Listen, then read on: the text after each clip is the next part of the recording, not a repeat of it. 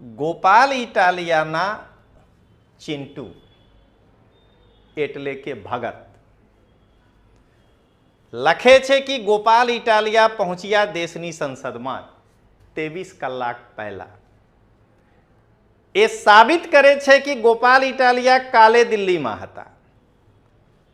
ત્યાં જઈને 75 ડિગ્રી નમીને કેજરીવાલના પગ દબાવીને સરસો તેલ નીકાળીને સાહેબ રાજુ કરપળાને બહાર કરી દો, આ નહીં તો રાજુ કરપળા મને બહાર કરી દેશે. કેજરીવાલ નાના સારી રીતે પગ દબાવ્યા છે. રાજુભાઈ તમે રાજીનામા આપી દો. રાજુભાઈ રાજીનામા આપી દીધા. આ પ્રૂફ છે મિત્રો.